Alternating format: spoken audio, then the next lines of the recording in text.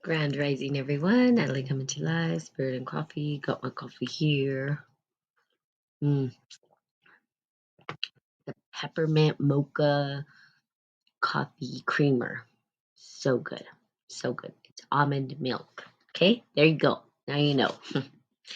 All right, let's get started. So we're reading from the Emerald Tablet, Alchemy for Personal Transformation. And we were going through dialogues with Hermes. And we are on page 46. So let's get started, okay?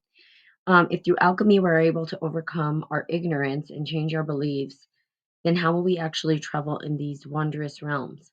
Once your thoughts are purified, the ascent and the descent are as natural as breathing, since the above is subtle and the below is gross.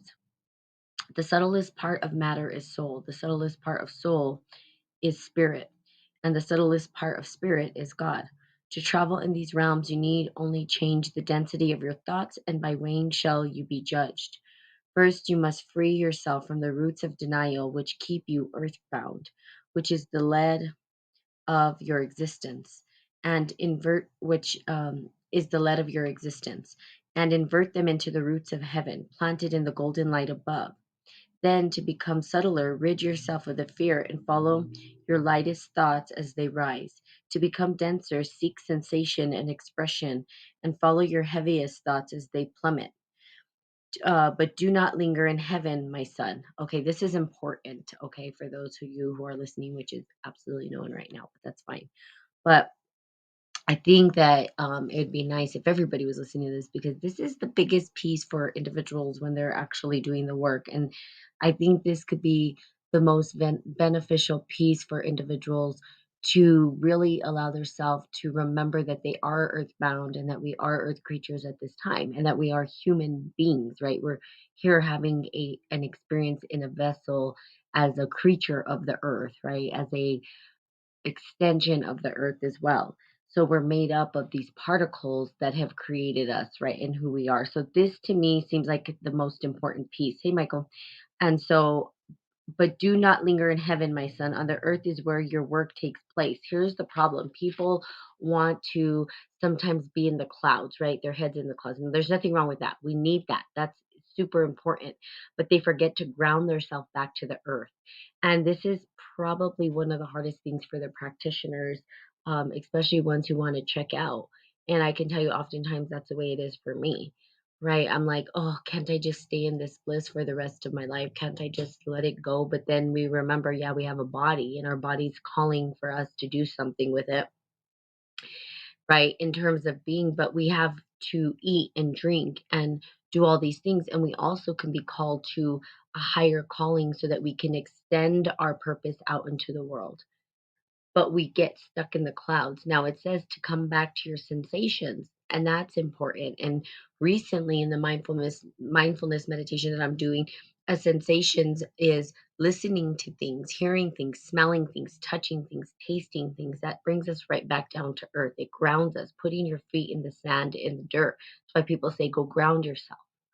So if you feel like even if you're feeling overwhelmed, even if you're feeling anxiety, even if you're feeling all of these things, when you bring yourself back to the senses, it regrounds you to the earth.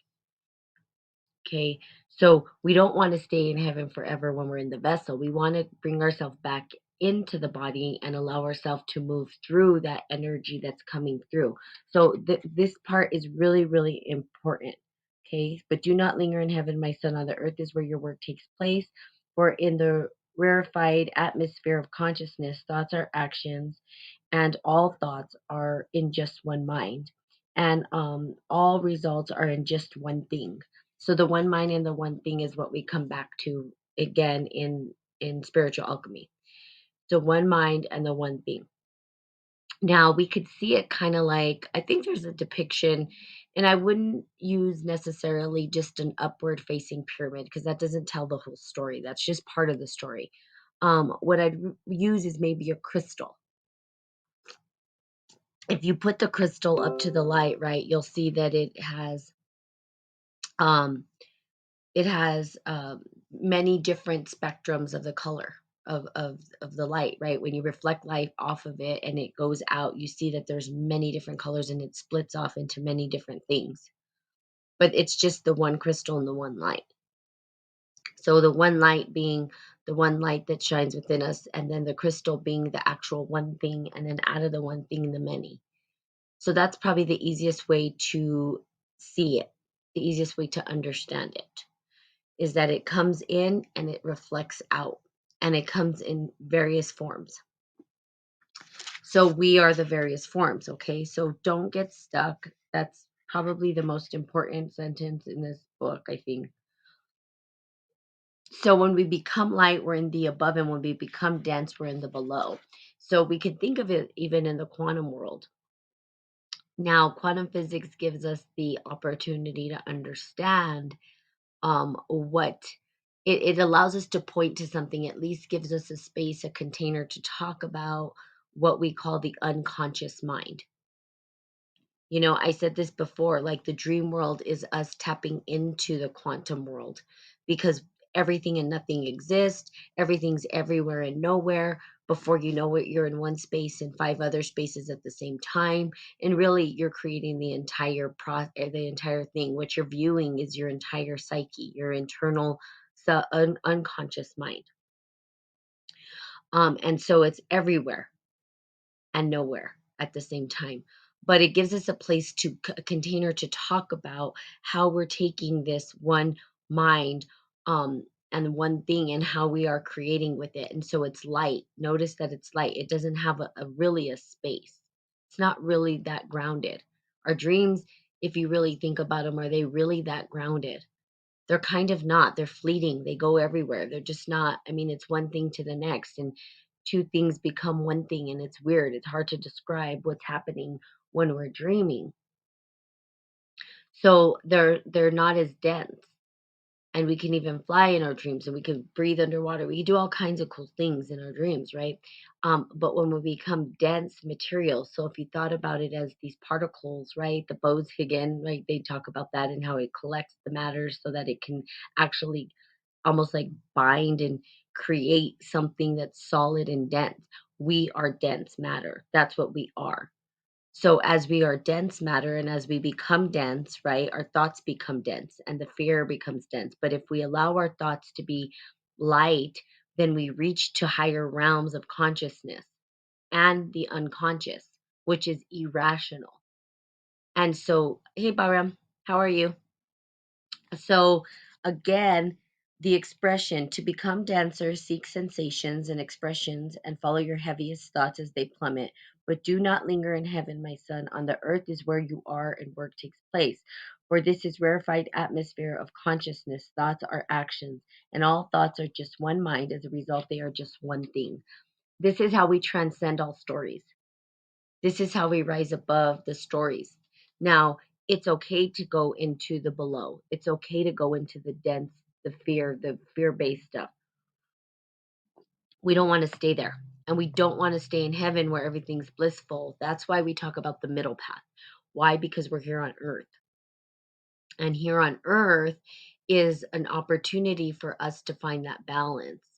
We have this really cool, it's hard to think about, right? Because in the times that we're in, it's hard for us to perhaps think about how cool it is that we get to live in this human vessel. Like that just kind of goes out the wayside because we're so focused on what's happening in the world today and how it's been constructed, and there's a lot of things coming at us. But the reality is we're walking miracles, and we forget that, and we have this magnificent power to remember that. So we have the ability to go to the underworld. Now the underworld is a place that most people are afraid to go. Everybody wants the bliss and harmony, and nobody wants to go through the murky murk and the shit. They just want to act as though it doesn't exist. And the reality is it does. It does. We have the below, and you can see it in other mythology. We talk about Hades, talk about hell. We talk about Dante's Inferno. I mean, there's all this thing about the underworld and what it is, and how, and the creepy crawlers, and you know, the the god of the underworld and what it is, and that's where all souls go, is to the underworld. Some people think we're fleeting to the sky and the heavens, but there's all this. ideas about, what was happening. And back in ancient times, there was the underworld. And, we've become super afraid of it. Now we're seeing a sort of a projection of the underworld coming to light. And that's because people are waking up. As people wake up, the light gets shown upon the darkness. And we're seeing things we don't like. We're seeing things that are too ugly and hideous to look at. It's like Medusa. That's a good thing to look at, because Medusa, they're afraid to look at her because they'll turn to stone, right? But before she was Medusa, she was one of the most beautiful women, and people just came to look at her because of her beauty. Like they just wanted to look at her because she was beautiful. And so we see that story, and then when the shadow side comes out, nobody wants to look at it. They don't want to look at it. They're afraid to look at it. They're afraid they're going to turn to stone. But we do see that's going on. We see it. Look at what's going on. There was a big accident at some concert. Okay. Now, I don't know anything about the person who's singing. I don't know who they are. I don't really, honestly, I don't care who they are. But apparently, they had masses of people, and people got killed because they were getting crushed, and the person wasn't paying attention. And so now people are saying, "Oh, this is demonic. This is that." Well, it probably is. And it's the dark, maybe the shadow showing up, the murky murk. We see it in, all of these things that are happening to individuals. And what do? Sometimes we freeze, or we fight, or we flight, or whatever we do with our body, our sensations, but we can still tap into the lightness and remember that there is an above and there is a below. And both are equally important to understand, and asking, what is the lesson we're supposed to learn from this? What am I supposed to learn from this? Why is the underworld revealing itself to me? Why is it that I can see? And for you, like even Bahram, right? It's like for you would be like, well, why is this truth being revealed to me that my friends can't see, or that the people around me can't see? What is the lesson for me? Because we oftentimes want to give the lesson to everybody else, but really it's not for everyone else. Maybe it's just for you. Now, we still share, of course, just like me, Spirit and Coffee, I share. But really, at the end of the day, it helps me, right? It's supporting me too, to be able to leave my thoughts, my ideas out into the world as well. And perhaps trigger something in someone where they can go on their journey and say, oh, yeah, whoa, that opened up something for me. I just had an epiphany. And then they go off on their journey, and they start to collect the things that they need to, in order to be the medicine that they need to for themselves and for people. Now, something that you may want to look into is called the wounded healer. It's something that we're actually going through in my master's program, is the wounded healer, which is pretty cool. The wounded healer being the person who has to go through the actual pain and suffering in order to heal, because we need to understand what that pain and suffering is in order to be able to heal. I wouldn't be able to sit here and talk if I literally hadn't gone through my share of craziness. We've all gone through some sort of like painful situation in our life. Something that, even if it was sickness, or if it was mental, if it was spiritual, emotional, whatever it was, we've all gone through some chaos, and we become our own medicine.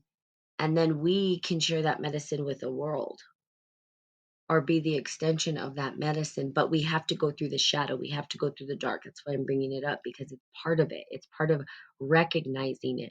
And we don't have to be afraid, but we can bring ourselves back, right, to this material world, and say, okay, now if I go above, let's just say that you meditate, or you do whatever it is to connect yourself to these interdimensional places.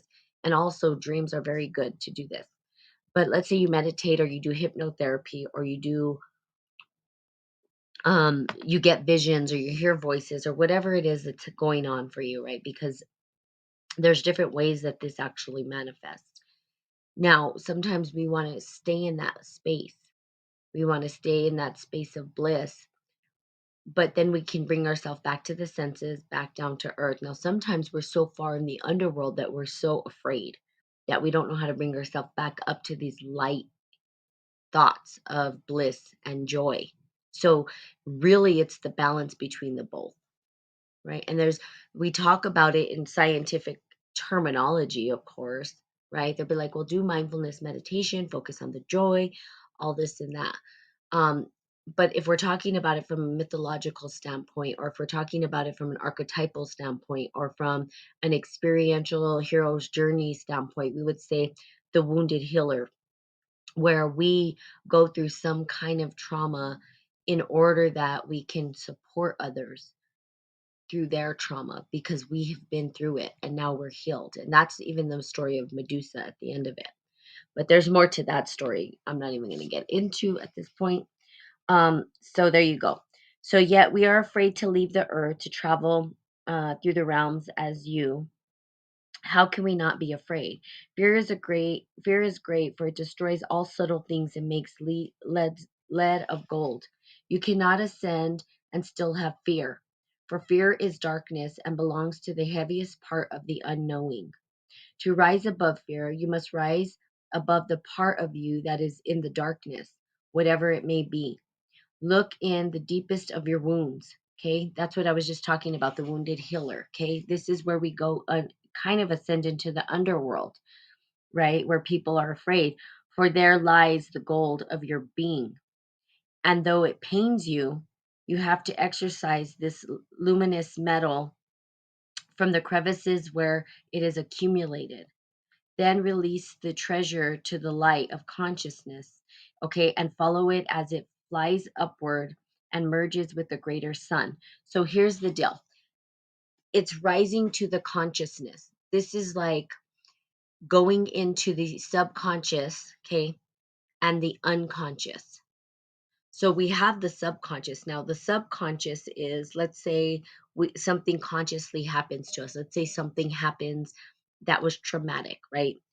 But we put that in the subconscious mind and we act as though it doesn't exist. That's the subconscious. Now let's go down deeper. There's the unconscious, because people speak of the subconscious all the time. But then there's the unconscious.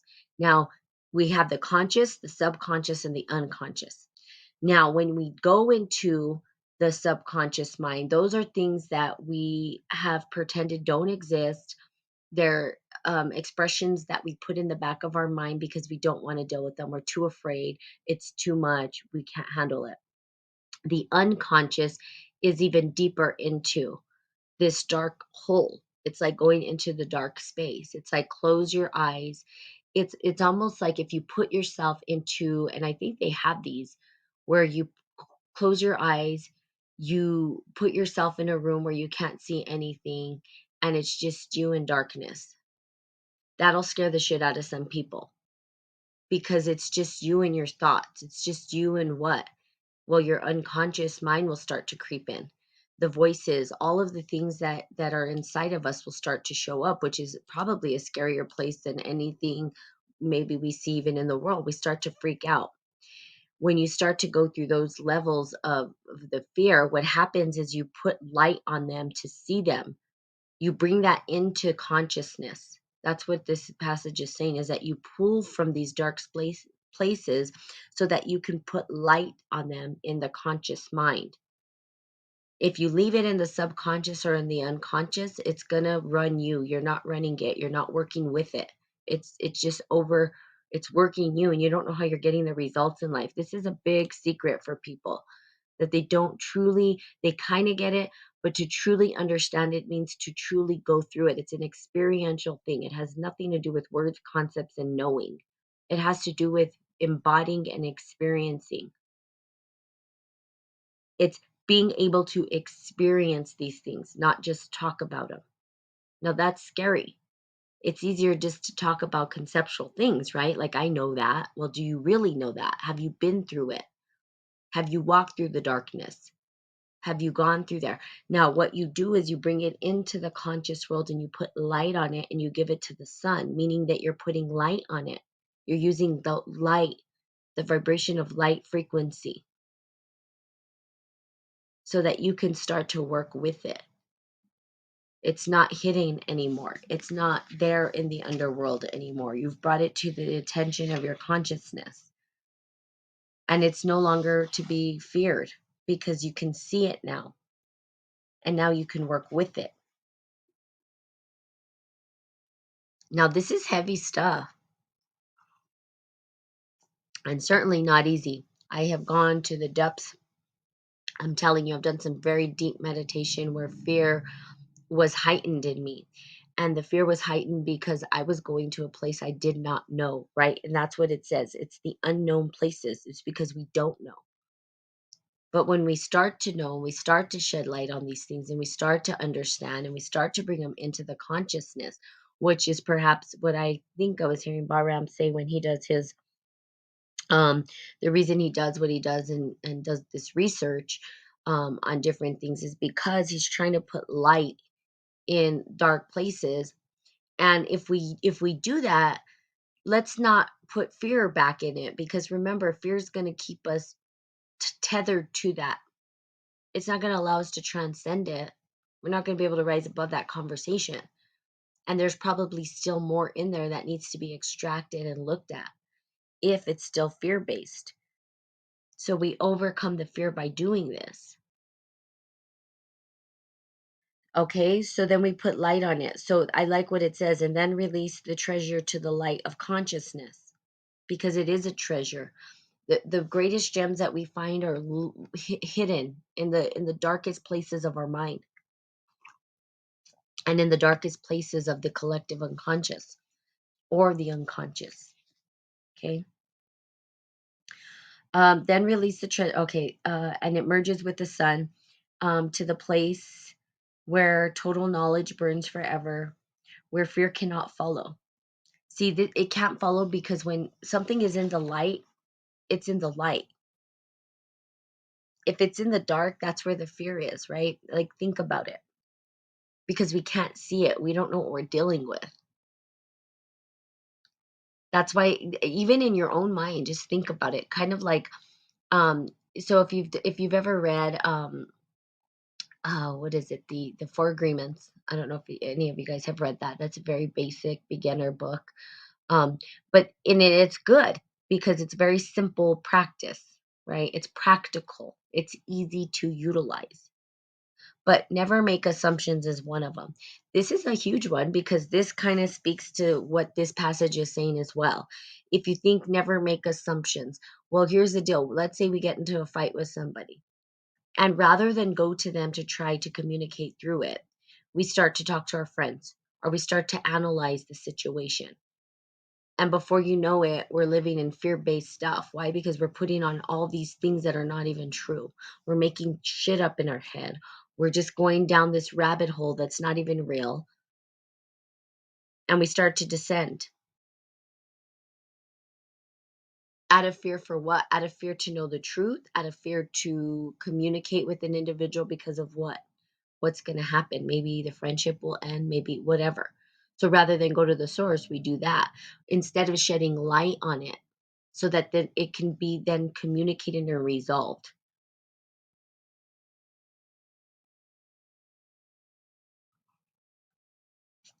So this gets played out in many different ways, totally, completely in many different ways. And we follow the fear sometimes, and we don't know how to get out of the fear.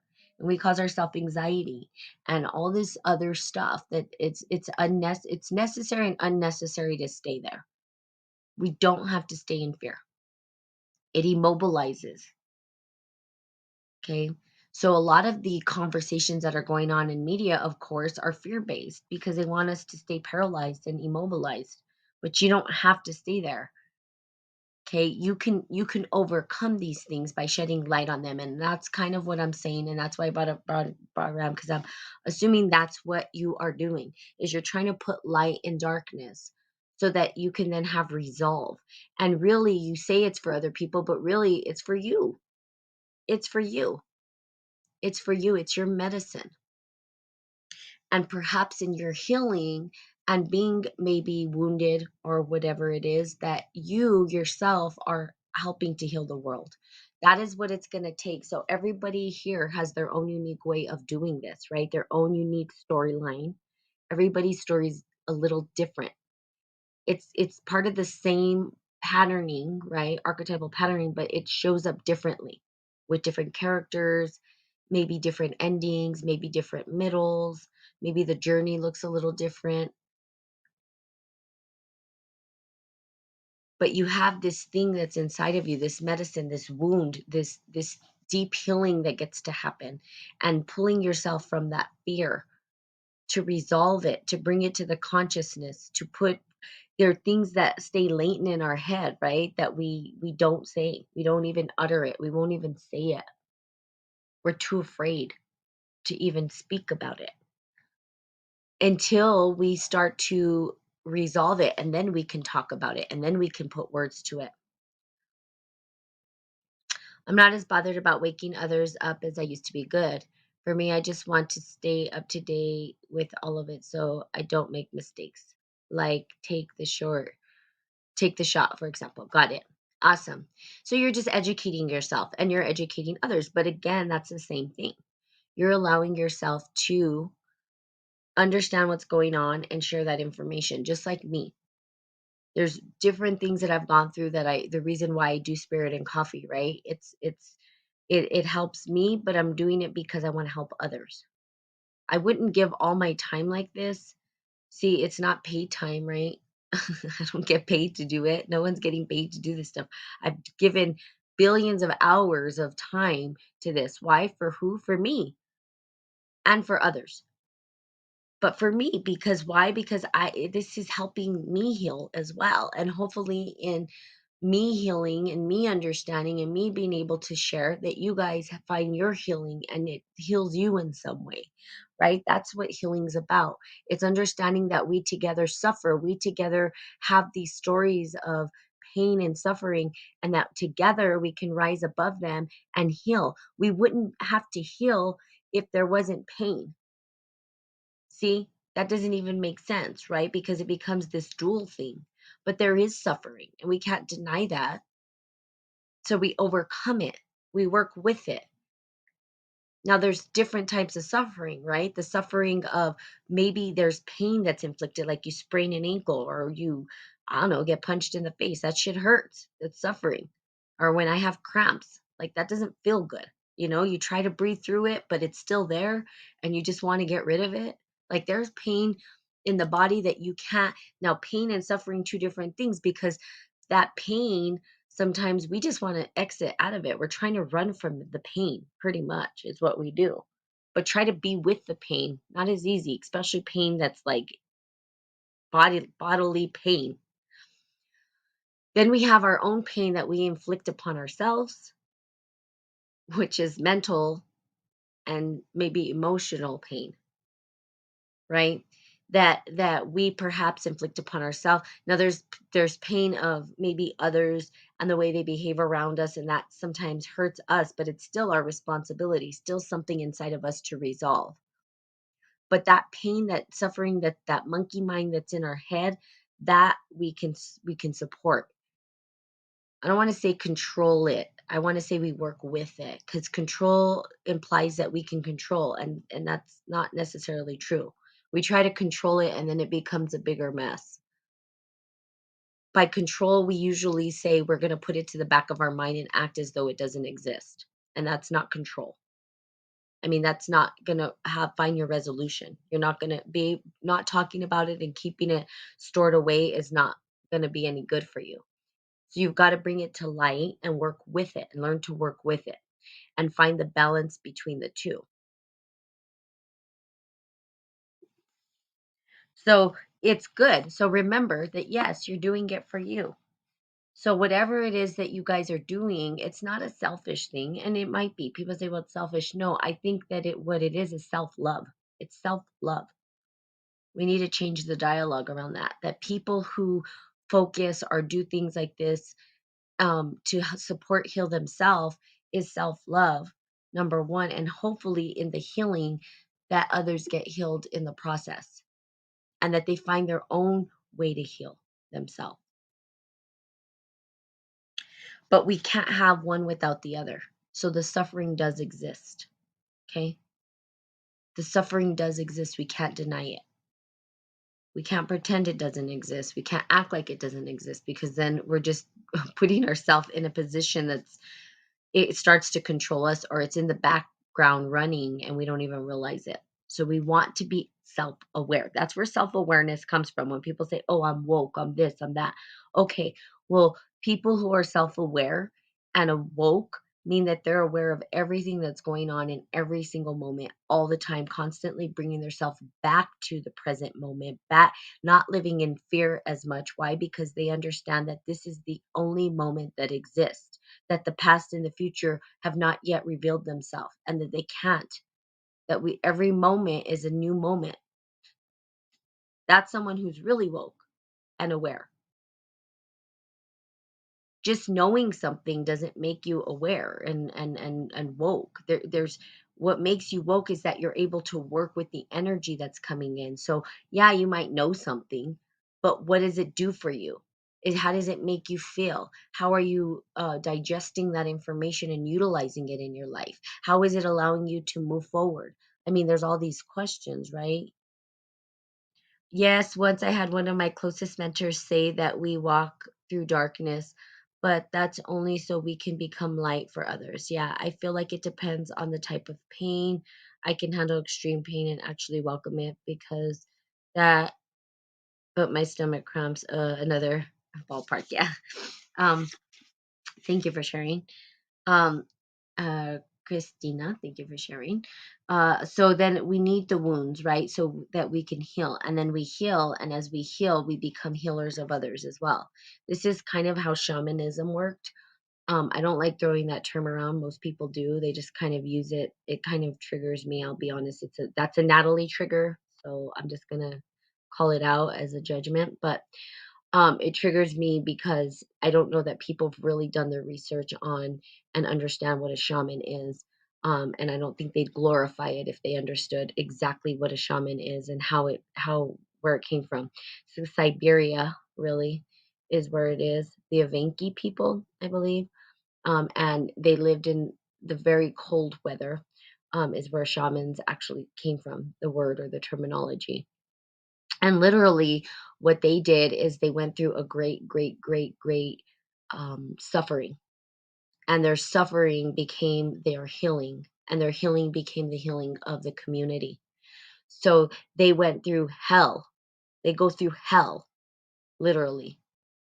Um, so people don't, you can't just, it's not something you could just say, "Hey, I'm a shaman." There's a lot to it. And literally, um, well, you really couldn't be anyway, because it was one tribe, and that tribe, that word just got popularized around everywhere, and so everybody call themselves shaman now.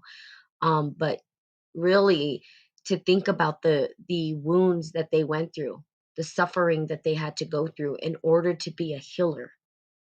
See, so we're going through our own suffering. This is what I'm saying. We're going through our own suffering, and in our suffering, we're going to find what's healing around it, and in that healing, we share that with the world, and we rise together. We heal together. So we overcome these fear-based programs.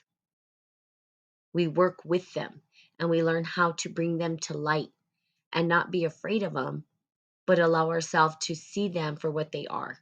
And now we can work with them, or work from them, or understand what to do. How do I move my vessel? Where do I go from here?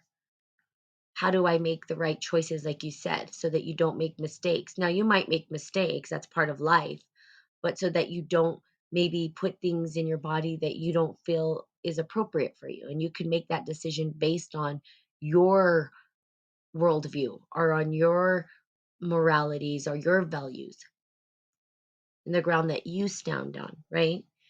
Now, standing, what ground do you stand on? Now, that's a commerce thing as well. Where, how I stand. Well, I stand on what? What grounds, right? They even say that in court. On what grounds is this? Where do you stand? Well, I stand in honor of my own morals and principles and my own values. Thank you. That's where I stand. Okay. So there you have it. I actually have a meeting. I have a lot of work going on. So we will continue. on these dialogues with Hermes. And of course, I will be seeing you all tomorrow. Have a great day and bye.